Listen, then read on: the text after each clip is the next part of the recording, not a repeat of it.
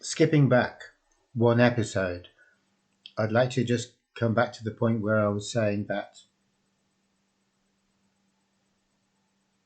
what helps is to question what's going on or examine what's going on rather than struggle to correct what's going on.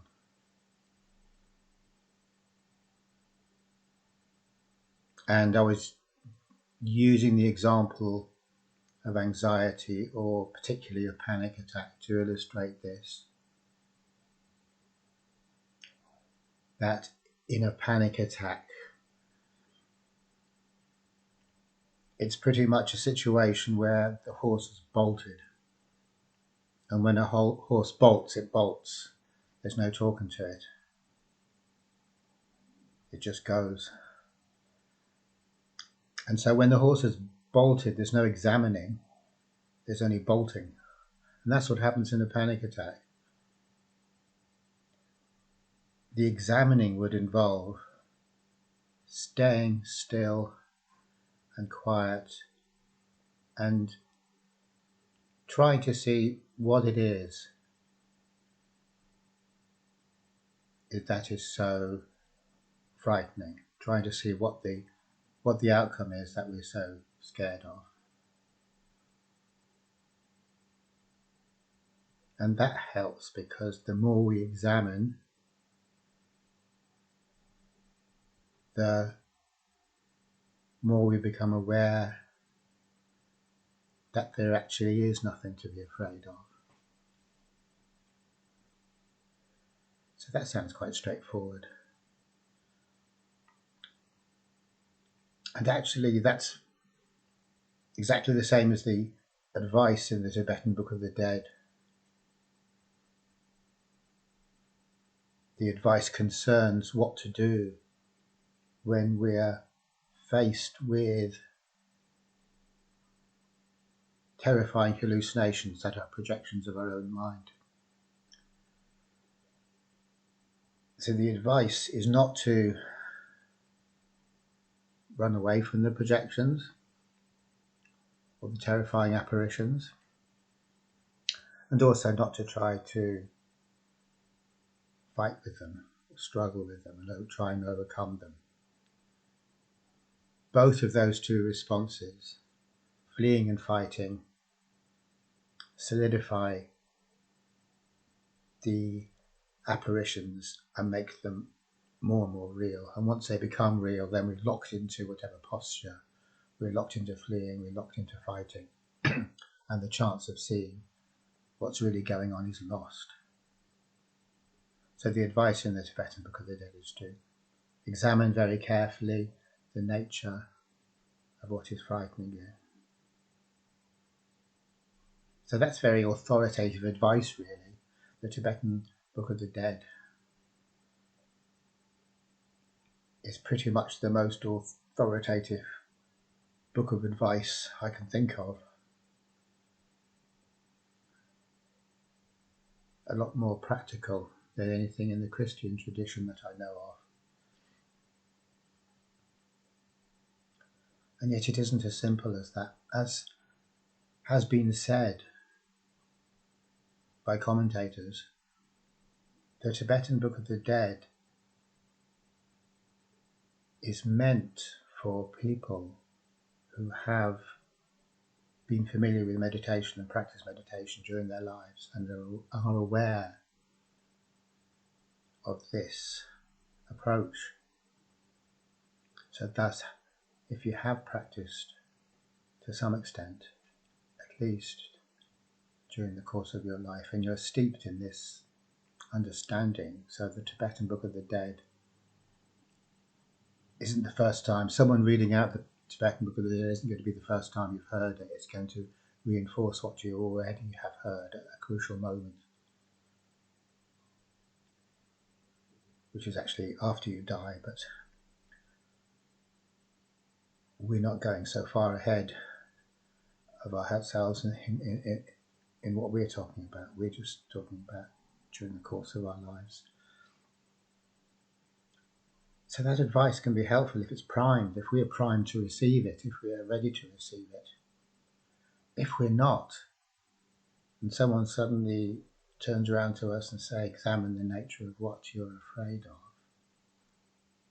then that's no good really, because there's been no cultivation of the ground beforehand. And we can't just suddenly change the habit of a lifetime and switch to questioning mode, or switch from being unconscious at the drop of a hat to being conscious. It's just not going to happen like that. So in that case, the advice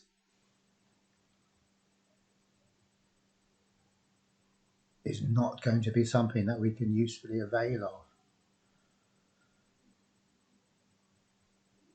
But it is a good example of how how the negative approach is exemplified in this book, the Tibetan Book of the Dead. Now in the West, we don't see things like that. We try to overcome the thing that we're frightened of. So we could say that there's apparitions that appear before us in the form of frightening thoughts or frightening feelings. And in the West, we are encouraged to tackle them or manage them or deal with them. And there's no awareness of the fact that doing this necessarily lends them more and more reality. Because to resist an illusion, which is positive therapy, is resisting illusions, because there's nothing real there. It's all mind created stuff. So positive therapy is all about resisting illusions in new and clever ways, and thus reinforcing those very illusions in new and clever ways. And there's been this advert that's been on for a while now. It's an advert that belongs to the COVID era, really, because it shows a granddad talking to a little girl or a little boy, I can't really remember, and the child is frightened of some freaky kind of monster under the bed, typical kind of scenario. And the granddad says, well, get the tablet and just hold it down there so I can have a look and see if I can see the monster. And he looks and he says, nope, it's gone. We must have frightened it away. So that's a typical example of a positive approach.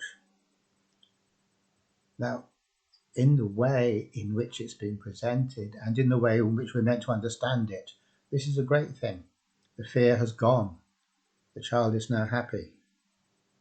Granddad has come to the rescue. But of course that's total nonsense, because what's happened there is that the idea that there was something there under the bed has been reinforced. So even though there might be a very temporary victory in the sense that he isn't there now, of course he's going to come back.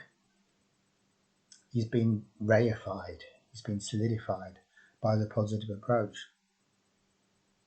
So we could go one step further and apply that to all of our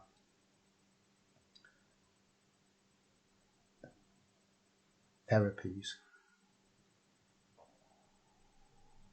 And in as much as our therapies are attempt to get rid of the scary thing, or to tame the scary thing, or to turn things around some way, we're feeding the issue. And no matter how successful we might be in the short term, and of course we might be successful in the short term, it's not worth it, because the price of short-term success is buying into an illusion, which means that the future holds, that's very same illusion, only it's reinforced now, it's stronger, because we've made it stronger with our therapy. So, borrowing from the Tibetan Book of the Dead, the answer isn't to have some kind of dialogue with what's frightening us, or to rationalize it or reframe it, or in any way mess with it, but simply to examine it. Not to be spooked, not to run away, but to stay still and look at it.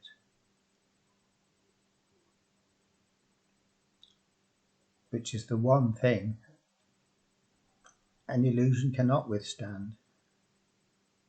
No illusion can withstand being looked at in that way, in a patient, calm kind of a way where you're not being panicked.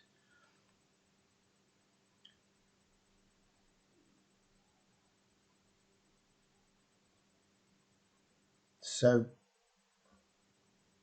coming back to anxiety, this clearly, I would say, is a very clear way of explaining that trying to get clever with anxiety is absolutely no good at all. It's absolutely not going to do you any good whatsoever. But at the same time, what arises out of what I've just been saying is that it's no good waiting to the last moment and then trying to question, because then our questioning turns into a tactic. Our questioning becomes a way of getting rid of something, because we're over intellectual and we're exploiting this idea which we've learned in order to gain the advantage.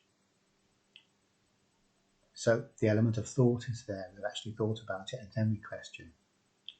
Because if we made this into a therapy, you could call it a questioning therapy, it would be no good at all, because we've thought about it, we've written it in a book, so obviously we've thought about it and made a thing out of it. And then we can try and teach people how to do this thing, so that when they are in a situation where they are being terrorized by thoughts or feelings or memories, the thought process comes in and it's like, this is what you do, and then you do it.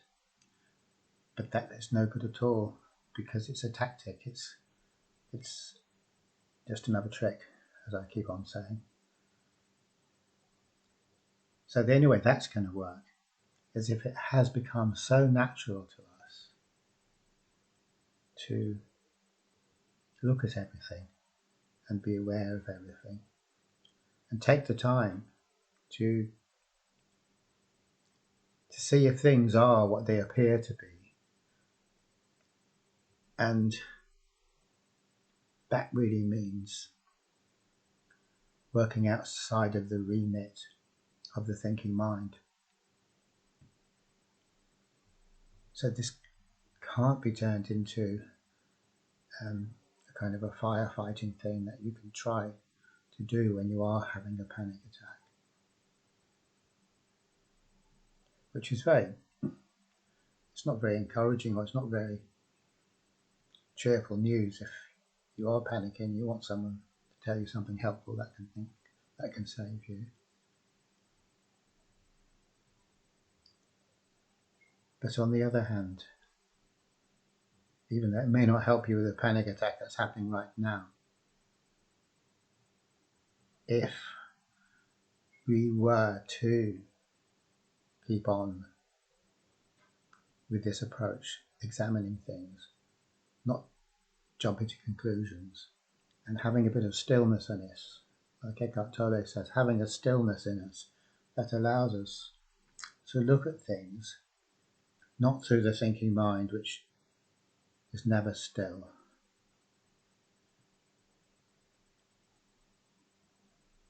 but from a deeper place inside of us. So this way of looking at things or talking about things isn't too different from what I was saying earlier when I was saying that negative therapy has these three elements. One is understanding what negative therapy is or what the negative approach is. Two is having this thing called negative capability, where we've developed the muscle that is necessary to allow things to be ambiguous and uncertain without trying to second guess it and say what it is. And the third thing is equanimity, where we're not trying to get any particular result, but we're just being aware of what's unfolding without actually having a load of money on one particular outcome, so therefore we are hoping that that outcome will come to pass. And I was saying that they're all pretty much the same thing really, so we could try and say they're different things, tease them apart, but really they're just different ways of talking about the same thing. And all that's good stuff, but it still doesn't, it's still not the whole picture, because there's one very important part which I've left out or not really emphasized. And that important part can be understood just as soon as we see that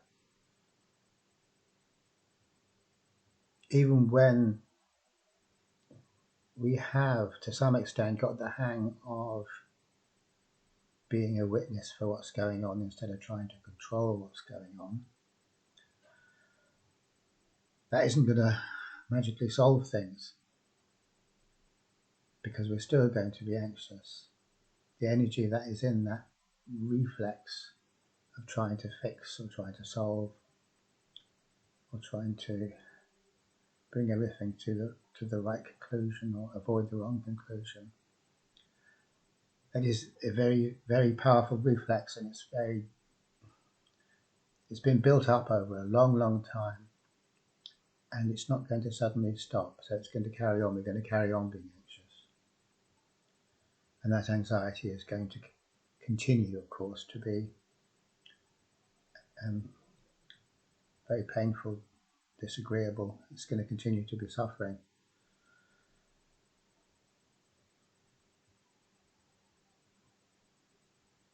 So really, it's kind of like the degree to which we have invested in the thinking mind to provide us with a sense of security that is a false sense of security.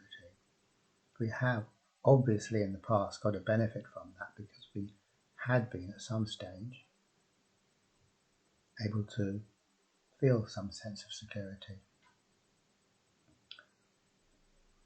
which corresponds to the euphoric phase of identification. So in as much as we have got some benefit or apparent benefit from the tricks that we've learned to play, or from the comfort zone that we've utilized, we're going to have to pay it back. It's like getting a loan from a bank. You can have fun with the loan and do whatever kind of things you want to, and the money goes away very quickly, of course, and before you know it, you're sitting there and it's all gone. Then you have to pay back, so that's the paying back phase. So what I'm really saying is, no matter what else, no matter how good we get to be at being a compassionate witness of our own lives, that's not going to get us off the hook. We're going to continue to suffer until we've paid back what needs to be paid back. So when we say that, it detracts really from any talk of a therapy, because you think, well, what the hell kind of a therapy is that? It doesn't really change anything because we still have to pay it back. And that's the bottom line. We don't want to pay it back. We want to find some way to get the debt written off. Although, of course, we see it quite like that, but that's what we mean. And another way of putting it is to say that all therapies are essentially shortcuts.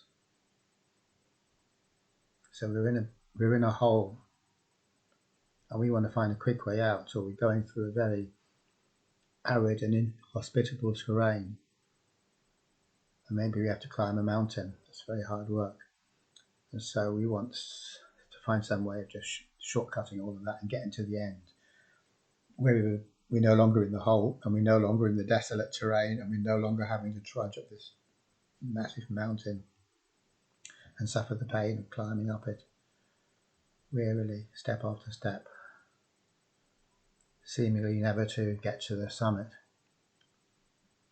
So therapies are shortcuts.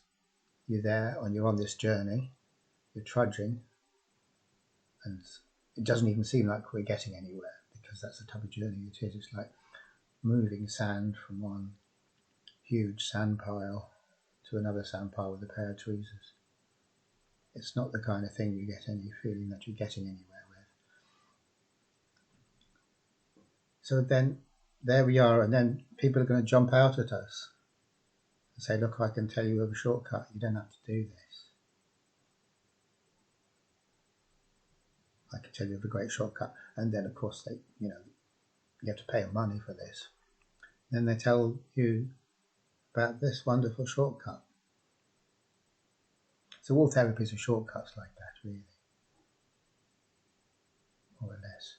Even to say the word therapy or going to see someone to have therapy, it kind of implies that you found a shortcut or you want to have a shortcut.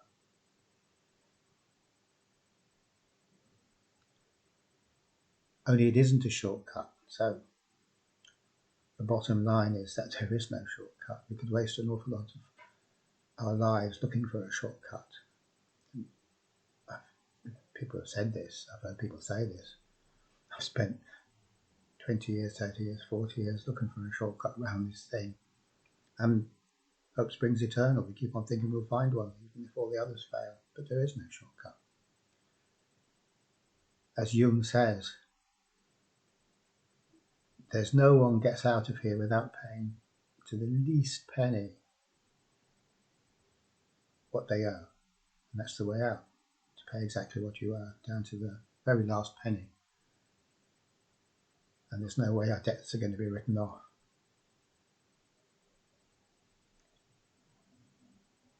So there's no shortcut there. There's only the long cut. And that's what Jung means by the the Longissima via, the long road. So for Jung, I think it would be fair to say that therapy would equal the Longissima via, the long road, the road with no shortcuts. And we just walk that road as it comes to us. There's no cleverness to it, because we're not trying. Cleverness is all about trying to find shortcuts. Tricks is all about trying to find shortcuts. Walking the long road is just, you're not being clever anymore. You're just walking the road as it comes to you. But of course that isn't really a therapy in the usual sense of the word. It's just living your life. And can you call living your life consciously? Because obviously we all live our life, but we do so via tricks and hoping to jump ahead, and we're living unconsciously. We're not consciously experiencing everything that's happening to us. We're living unconsciously, so we're not walking the Longissima via. We're not walking anything. We're stuck in a merry-go-round. But if we were to live our lives consciously, which is a bit like eating food and just tasting each little bit of it, whether you like it or not, then that would be the Longissima via. And I suppose it's fair to say that for most of us, that doesn't sound like something we want to hear, maybe. So I'll go into that, carry on going into that idea of the long road next time. So thanks for watching.